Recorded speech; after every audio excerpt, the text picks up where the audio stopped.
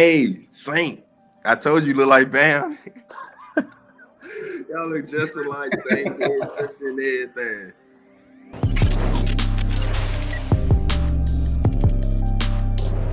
What's up? How you guys doing? It's your boy Amon-Ra St. Brown Brothers back on the podcast with the third team. EQ's here. We got our guest DJ Chark, Lions wide receiver. Hopefully he's there next year. We'll see. We'll talk about that later. But welcome to the show, DJ. We're gonna start off right away with our rapid fire questions, and I got the first one for you, DJ. What is the first Super Bowl that you remember? Oh, that I remember. See, I don't really know what order they're in. I do remember Fitzgerald. No, I think they was playing Steelers. I remember that I seen one. that on Twitter. That was 14 years ago. I remember that one. I remember the Saints for sure. That's the most memorable one. Okay. I was turned up as a little kid, so one of them. Legit turn, huh? Yeah, big turn. No cap. All right. What's your favorite non-home stadium to play in? Like college or non-home. Cause Detroit was low-key fun, bro. You like Detroit? That's crazy. The stadium? It was turned, huh? Yeah, nah, bro. Stadium was straight, bro. I would have to go with Texans. Really? Just because I played there a lot. Like in college, we played there. When I was at the Jags, we played there, and it get loud. It was lit when Deshaun was there, and they had D-Hop and Watt. It was rocking back then, so I'll probably say that one. That's the one I'm most familiar with. Okay. I know you think you're a rapper. I know you rap. Yeah. Who's your favorite artist right now? If you had to choose the best, who you think is the best, who you listen to most? By default, right now. No, not by default. By just who do you like? Who you listen to most? It alternates so much, but I'll say Kodak. Okay. I'll say Kodak. Spin. Yeah. Stepping and sliding. Yeah. Okay. I'll go with that. He don't disappoint. Yeah. Who has hit you the hardest since you've been in the league? Like, is there a hit that you remember? I don't know. I already Smith, Minnesota. Yeah. Bruh, we played him. Well, yeah, this was COVID year, and I had a little sit over the ball, and I caught it, and I don't know where he came from. Boom! I just know snot flew all on my visor. I done dropped the ball. I was like, damn, I ain't know he was hitting like that. But I think, that's the most memorable one because I had to wipe that little snot off my visor. Yeah. Harry got your ass. Yeah. I ain't got my weight up since then, though. You know what I'm talking about. No, you didn't. You just what's a movie? I don't know if you're a big movie guy, but a movie that you've seen most, your favorite movie, what is that? Welcome Home, Roscoe Jenkins with Martin Lawrence in it. Just a bunch. I'm not a big movie guy, so I haven't seen it. I know my brother is. I know. So. I know your dreams be like movies.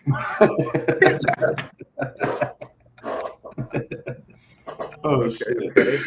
DJ, who was your favorite player growing up? Like, who was your? Oh, Reggie Bush, bro. Reggie Bush. Yeah. You hear it? NFL Reggie or college Reggie? College, and then when he went to New Orleans. Oh yeah, that's right. No, so yeah, I had the jersey and all that. Reggie was cold. Ain't no Notre Dame player in that. Only SC shit. Come on. Who the coldest from Notre Dame? We got so many guys, you know. Who? So many. Who's the guy? Like, we got so many Heisman winners, you know. Manti Te'o's the only guy. No, bro. Tim Brown. And he's a defender. No, bro. That's how it's cold, though. We got like long niggas, bro. Who? Joe Montana. Yeah, Joe Montana. Tim Brown. He was not like that in college. Nah, bro. He was. Tony Brown? Tim Brown. Yeah, come on, bro. They got the old heads that you don't even remember. Yeah, I was about to say I've never seen Montana throw a football. Yeah, I know. I ain't gonna lie to you. But outside, before we go to the next question, outside of Reggie Bush, I got like y'all ain't really hitting on much. Who? USC. Come on, don't make me go That's down the what I'm list saying. right now. Like, y'all really. Marquise Lee. That's my dog. He was like that. Robert Woods, Keyshawn Johnson, Dwayne Jarrett, Lendell White. Shoot, we can go all the way back. Marcus Allen.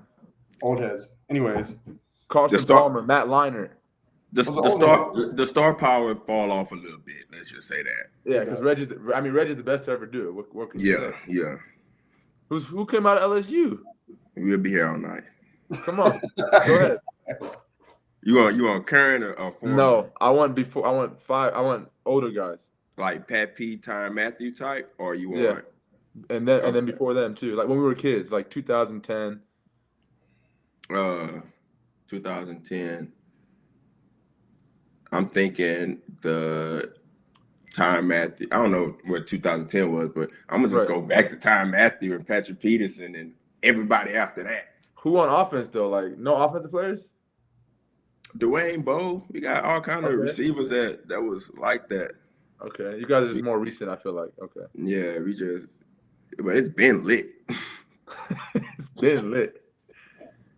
I know you heard the Baby Shark dude. I was on it when you came on. What do you think about the Baby Shark nickname? You like it? I don't know if you had it before you came to Detroit. What do you think about that? Oh no, they've been running that one for a minute. It's cool. The one I got a story though. When I was in Jacksonville, forgot what year it was. Probably 2019.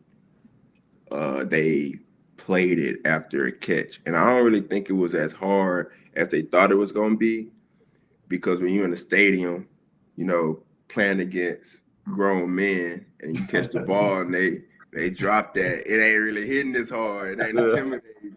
So I told them, we can't do that one. Play Jaws or something if you're going to play something. Damn. So you caught a ball and they played the Baby Shark dude, and the whole stadium was what? They was feeling it? Oh, the kids loved it though. The kids loved it. We just weren't playing against kids.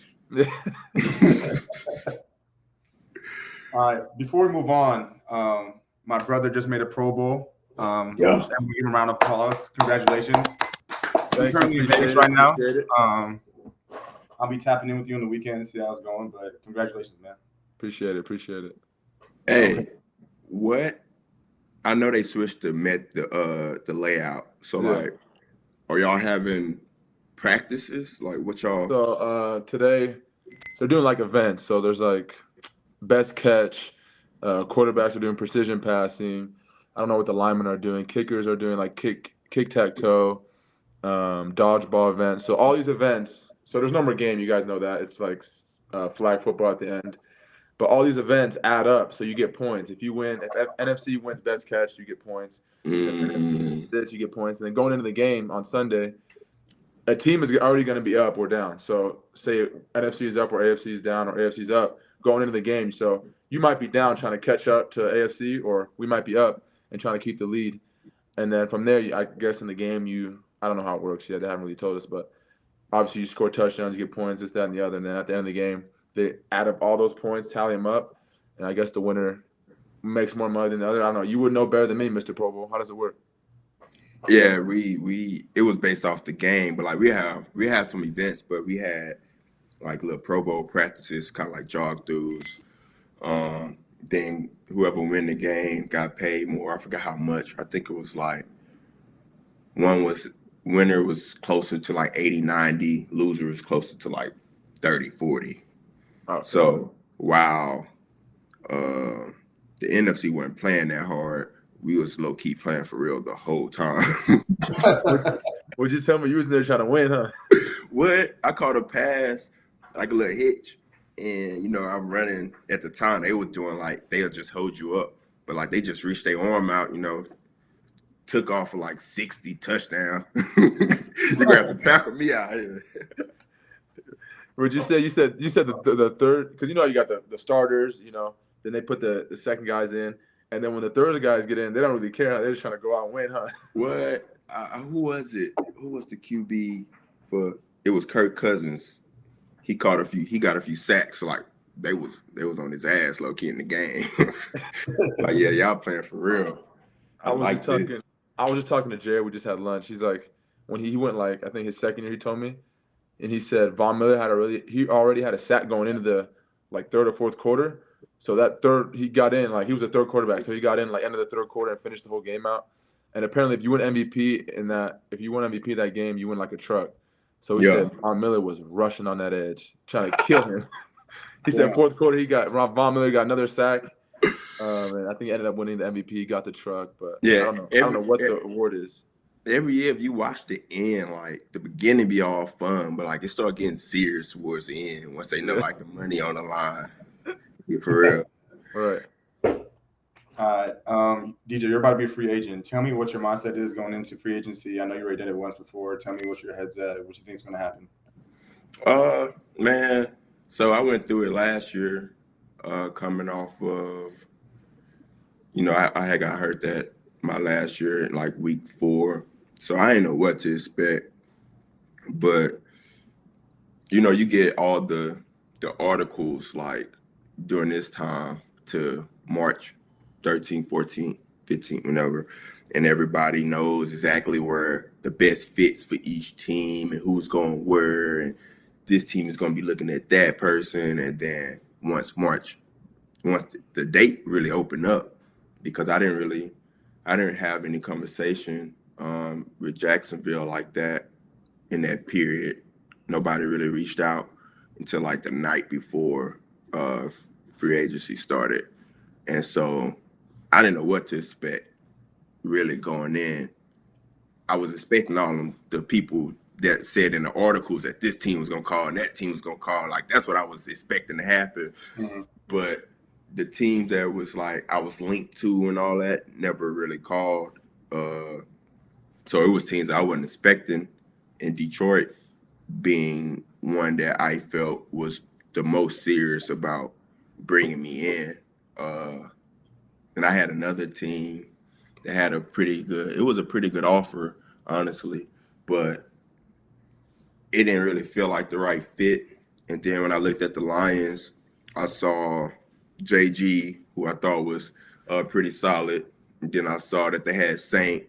So I was like, when I go over there, it won't be oh, everybody's on you. Everybody going to be on him already because he already balling as a rookie. So that's only going to continue. And so I was like, I'm going to make – it felt right. So I made that decision. Then when I got up there and talked to the coaches and GM and all that, it felt right. And then everybody was cool too. So made the right decision, I felt like. So we'll see you back next year. Bet. Yeah. So going into this year, man, I'm trying not to even worry about how it's going to happen. I feel like, I'm going to be where I'm supposed to be.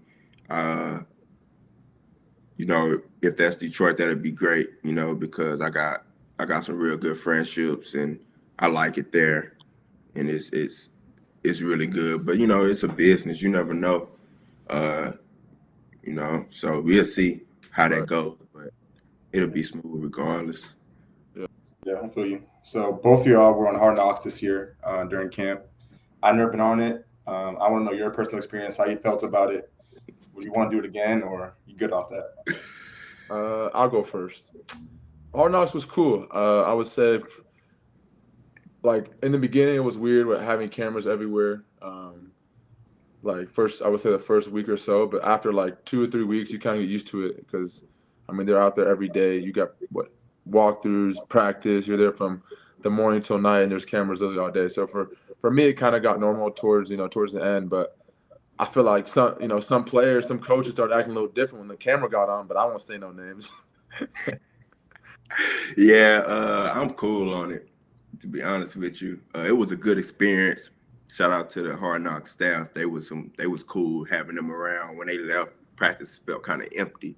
I ain't gonna lie, but yeah, I don't. Have you seen it? Have y'all watched it? Yeah, I watched a few episodes. 3. I don't know how many episodes there were. I watched almost all of them, not all. I think I missed one. Yeah, I haven't even watched any of them just because I'm actually there living it. So it was more so on some. I don't really want to go watch us in meetings again or watch the running backs meetings because I'm in my own meetings. But nah, and plus practice, Practice was really intense.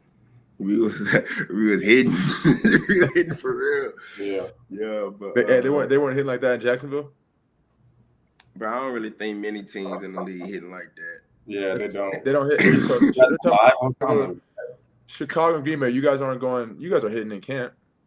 We're not tackling. You guys are doing tackle. We don't do tackle. We're doing straight tackle, like we don't do tackle. Tackle drills. Yeah, Packers. We don't do like you're doing like Pop Warner drills. Like we haven't done this since Pop Warner. Real one-on-one open field tackle. Yeah, that's crazy. That's crazy, bro. Yeah, I'm you guys vets like spoke out about that. Like I ain't doing this. Like, bro. You're the vet, DJ. You never spoke up. Bro, I just got there. Yeah, that's what I'm saying. Like, you got no like. I guess you guys don't have like a. But if that was the Packers, bro, and someone tried to do that, like Tay, Randall Cobb, like, bro, we ain't doing this, bro. Like, yeah, I ain't gonna lie. The DB's not gonna do it. And like, bro, and the coaching's gonna take it out to your practice. Like, I wasn't on the list for that open field. Saint was out there trying to hurdle some shape. Yeah, hey, he say people was acting different for the camera. For the camera, him? I already know. I already know. Me? I talk. He got big beef with the DBs. Big beef. We out there. Now we got a squabble because he out here talking. But nah, it was cool though. It was fun. It was a cool experience. I think Jared, that was like his third time. I think Jared did it before. Brockers, he's on the Rams too. Some players already did it. Ray was there. But yeah, Ray, he already did it. But it was cool. It was like the staff was super dope too. They were all really, really nice. So it was cool. Good people. You and I don't know if you know DJ, but you and my brother the same draft class. Did you guys know each other going? You probably didn't even know each other going in, but did you guys? I know you guys did the combine. I don't know if you guys saw each other during the combine. Remember each other? Like, how'd that go? I remember him because we played y'all twice. Yeah, right before. Yeah, 2 L's. The last L don't count. The Stitches Bowl L don't count. Why don't count? Because everybody is very childish now that you look back and think about it. But the year before we went to the Citrus Bowl and we played Louisville with Lamar, and it was exciting. And then for some reason we thought we might get a chance to get into a different bowl game. And then once we got the same one, everybody kind of was like a little deflated. So we went out there and got it handed to us. It was a good game, though. We was competing. I dropped like 4 punts. Damn, I don't really remember the game because I was hurt. Like my hamstrings kind of hurt going into it. So like I played like cold. First half, and then I just remember my boy Miles Boykin had like a crazy ass one-hand catch. Who was that caught that? Miles Boykin. He's on the Steelers now. He had like a one-hand catch. Juked, scored for the win. This shit was crazy. He was like, bro, like game winner. Yeah, that shit was the craziest play I've seen. Very deflating. Yeah, very. I remember DJ. He ran like at the combine. I remember he ran like a 4.3 something. Huh? Yeah, and he was in the first group because his last name. I was in the last group because my last name. But I just remember seeing that he ran like you were the fastest in your group or some shit, huh? Or something. Yeah. Like that. Yeah, I remember that. Okay, Flash Chark. Something slight, bro. Just something slight. Yeah. But that combine, that year, bro, combine BOD. Yeah. I hate it, honestly. It was not the way, not the experience. Hey DJ, you beating Jamo in a race? Nah, Jamo young, bro. Jamo, bro, do you see him run them routes? He's floating. What? Bouncing out the route, excited, boy. Yeah. No warm up. Throw the cleats on and go. Man, nah, yeah, he got that one. I'm more of a I'm fast, but like I can gauge my speed. I know when to use it when I can stride it all the time. Yeah, for sure. Yeah. That's good though. That's good. That's his game and it works. So right. When the Lions go in a game plan week, like, do you guys know, like, oh, this receiver's gonna get targeted more? Like, you know, is it Amon-Ra fucking? Oh, we know Saint getting that. Yeah, I know he's getting. It's a game plan. We know DJ's getting at least 3 go balls in the game. First, second down. Call it up and just throw it. What'd you say? Just throw it up. What'd you say when he played the Bears? He just threw it up, huh? That was a dime too. I ain't gonna lie. We got like 3 or 4 shot plays in there. Now, whether they get called or when they get called, we'll see how the game going. Yeah. But we running that. Saint about to run that charge route. And it works every time, bro. Yeah. If we get that first down, just be ready. That second one, we just gonna call it go, call a post, or call a pylon. It's going up. Yeah. When he called one of them deep shots, I'm like, yes, I know. And then it'd be fun. Already know it's coming too. I'm like, dude, I know it's coming. I know when JG. He just commits, huh? He's gonna throw it regardless. Right. I know when he's throwing the ball, so it'd be like, all right, look for it. Because the first 2-3 games, I couldn't track his pass. Oh, that's right, huh? Like I look and the ball be already in the air, and then like definitely at home, like them lights, like you always lose it. But like once I figured out where to look, yeah, it was good after that. That one, which one? You said what game was it where you were just looking up and you thought the ball was in the air, but it wasn't? Jets. Yeah, Jets. Jets. Bro, I'm talking. I heard the crowd. Yeah, I heard the crowd, and I'm like, no, he didn't. Like, it's about to land right beside me. Right. Next thing I know, I forgot who he threw it to, and they were sliding. I was like, all right, I think it was J-Ray.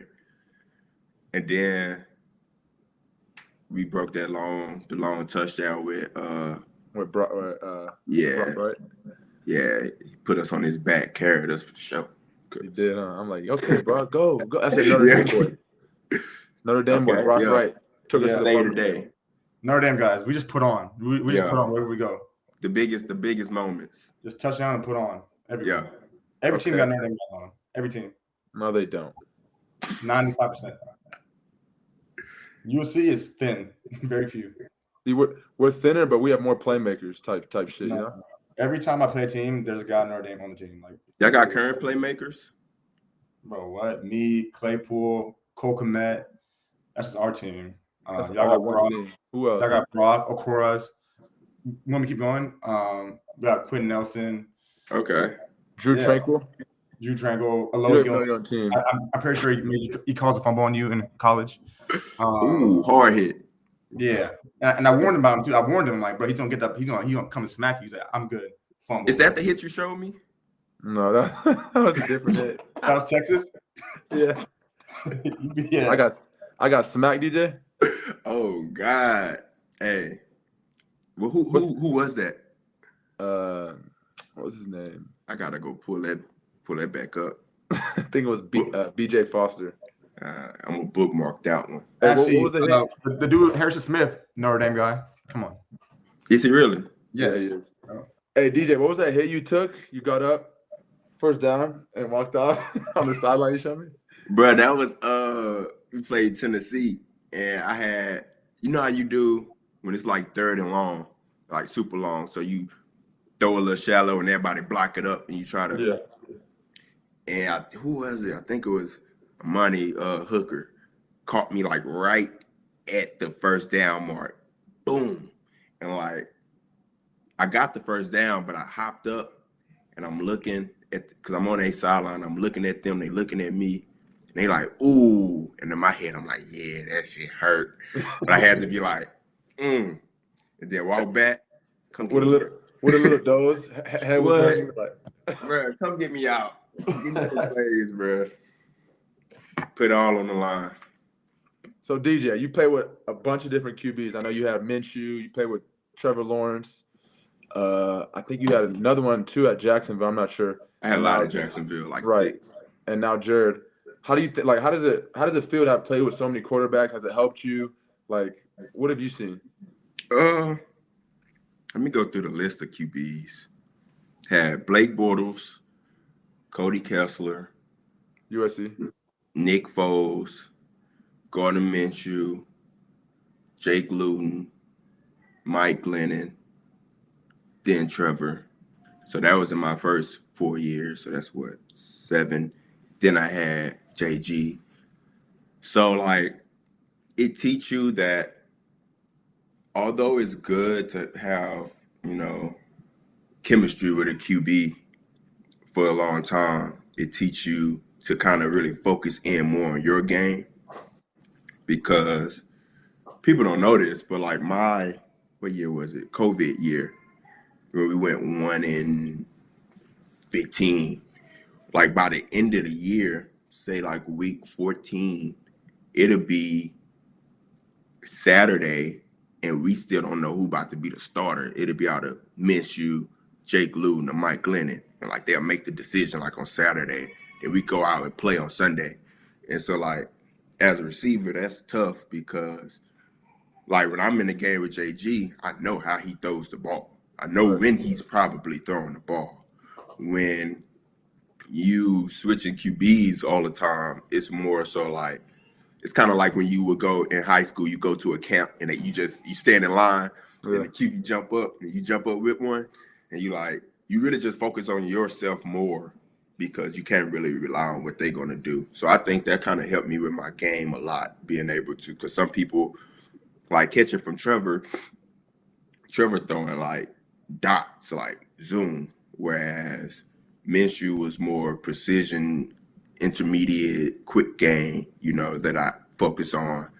And so like I think it's great to be able to, because some people play one quarterback their whole life, like once you get to the league, I'm saying, or like one or two.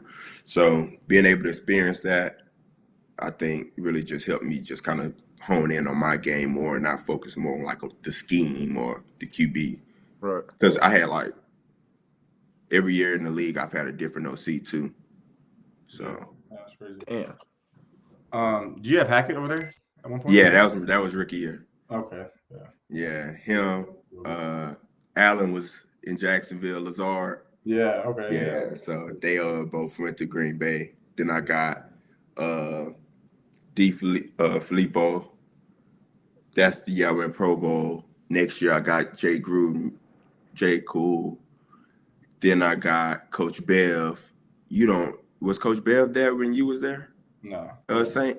No, but I think he was there right before I got there. Okay. Yeah, I had Coach Bev, then Coach Johnson, Ben. Damn, so you have to learn a new offense every year. Yeah. My senior year I had Coach Canada. Senior year of college was Coach Canada, who's OC in Pittsburgh. Year before that, I had my junior year of college, I had Coach Ensminger.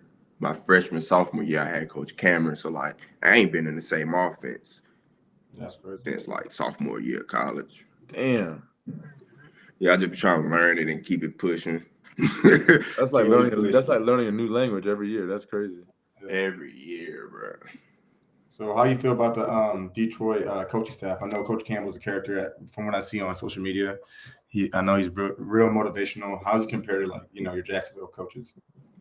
It's definitely different. One thing I can say about the coaches in Detroit, they really they know your kids' names and they really into like who you are as a person. Whereas that's not always the case. A lot of different personalities that mesh well, it's very, very high expectations too throughout the building. Like the expectation on receivers, like being a Coach Johnson offense, you got to really be in your playbook every week because it's very detailed and they expect you to. Then there's no excuses for messing up.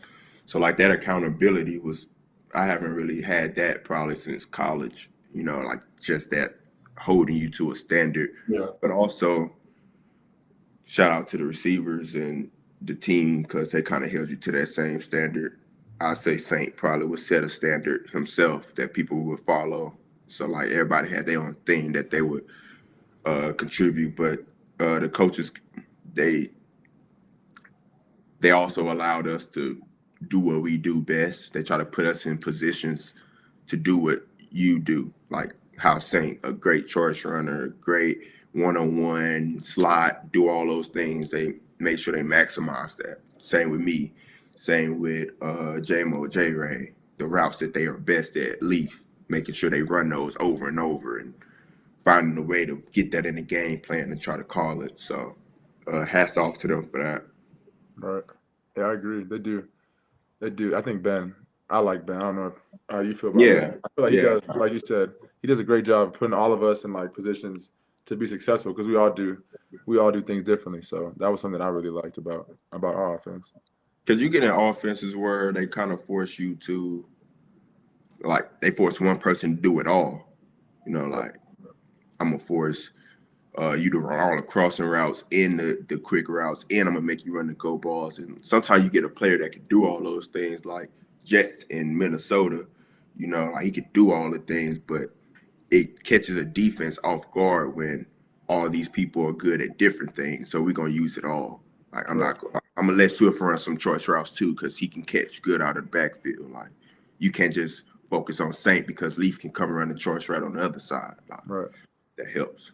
Yeah. I know you had Urban Meyer for, I think it was a year. Yeah. I want to know if there's any stories that you want to share, good, bad, indifferent, whatever it may be. Just anything of him. Because I know a lot of people, they know of Urban Meyer from Ohio State. Then they hear about what he did. You know, when he was in Jacksonville, he got fired. Like, you were actually there living it. How was it?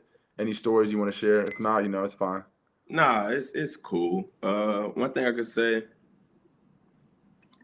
about Coach Meyer that people really wouldn't think, but I think he's a good person. I think he wants the best out of all players. Like, I can go talk to Coach Meyer about whatever I wanted to go talk to him about, and he'll talk back and we'll have a conversation. Like, I give him that. I think it was very, very misguided when he, came to the league and coached us the way that he best know how to get the best out of us, but can't do that in the league because, I know what it's like to reach a high level of success in the league already. I don't really need the motivation from you to, make me get up and work. I have kids. I got same with all these people, and it would be he just tried to motivate us in a way that didn't really work as professional men. Like, but like when he went through all the stuff that he went through, and they ultimately fired him, and at the end of the season, a lot of the stories that was told, I'm not here to say they was true or false, but they was interesting. And they were like different. They wrote this big article in the Athletic about all the allegations and stuff and what people in the locker room were saying, and they interviewed a lot of us, but I was the only one that did the interview that allowed them to use my name, because everybody else was like, what's the word when you just not on the record, like a source said off the record, yeah.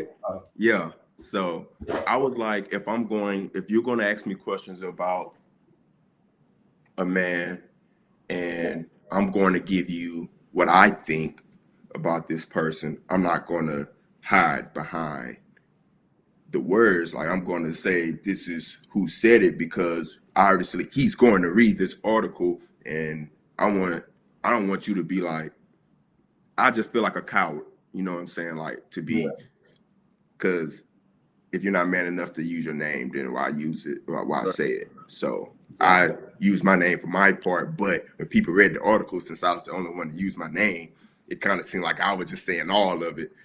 And so, like, that situation made it seem as if I was, because at the time nobody else had said anything. So it was like, oh, DJ said this about Coach Meyer, DJ don't like Jacksonville, DJ this, DJ that. And I was like, nah, I just felt like he deserved my respect for me to say it and put my name behind it. So that kind of messed up a lot of ideas of me in Jacksonville. But then, like, the next year, all the players that were still in Jacksonville was talking about how they ain't like Coach Meyer once they got Coach Peterson. I was like, well, I ain't say that like some months ago. Y'all had me on the island by myself, taking all of the blame. Yeah. But nah, Coach Meyer definitely, he's a different type of coach. I think it works for college. I don't know about now in college because you can get in the transfer portal like it ain't nothing.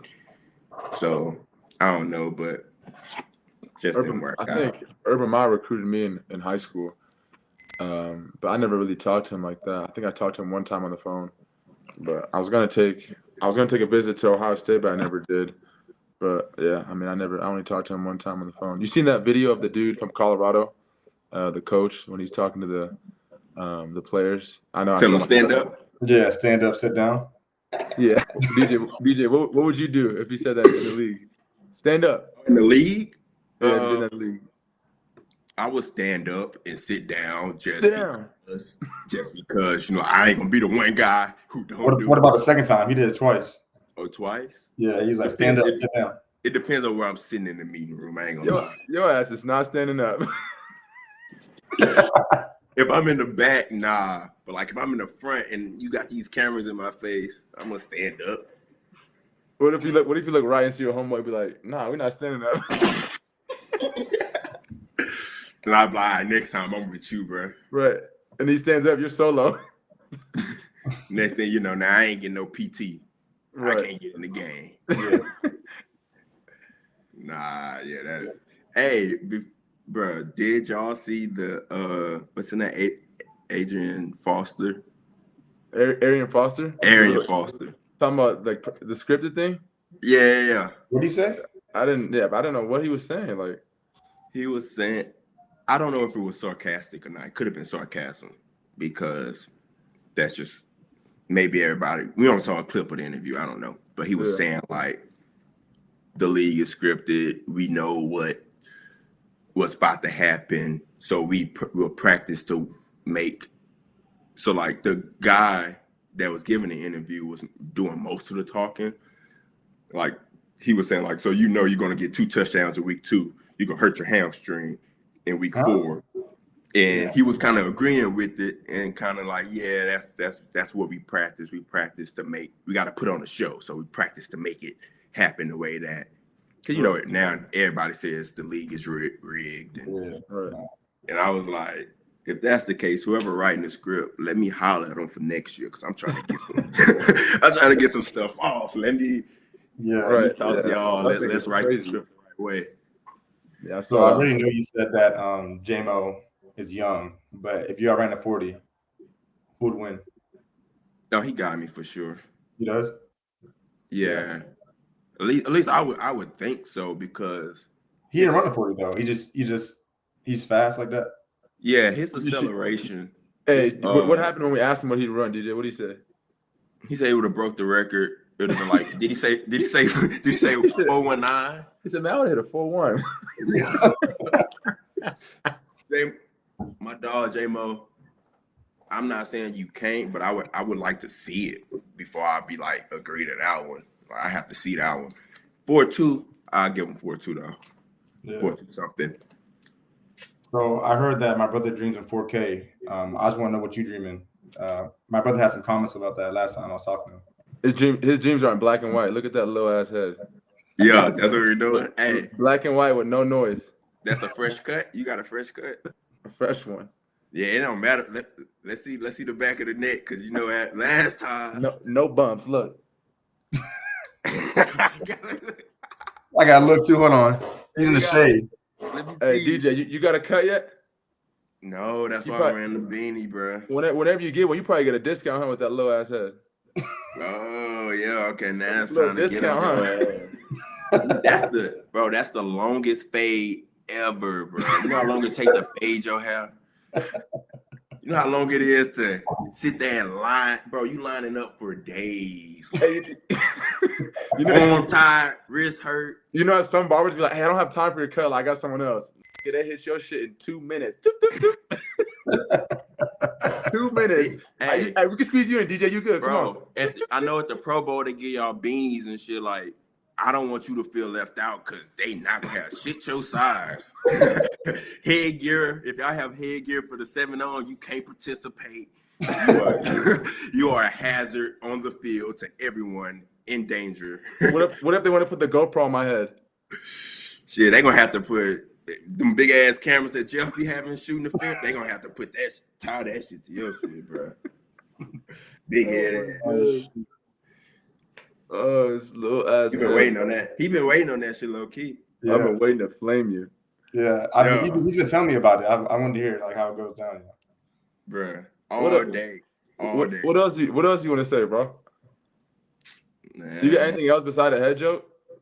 Head joke, neck joke, strong neck ass. I still been reloading my jokes. So, next year I got jokes for days. I gotta get on Coach L. I gotta get on a lot of people. I've been being cool. You know what I'm saying? I've been being modest. Why can't you ever flame like someone else besides me? Because they don't take it as well sometimes. You don't flame J-Ray? Like, come on, bro. You're an easy target, probably. Yeah. You can't miss it.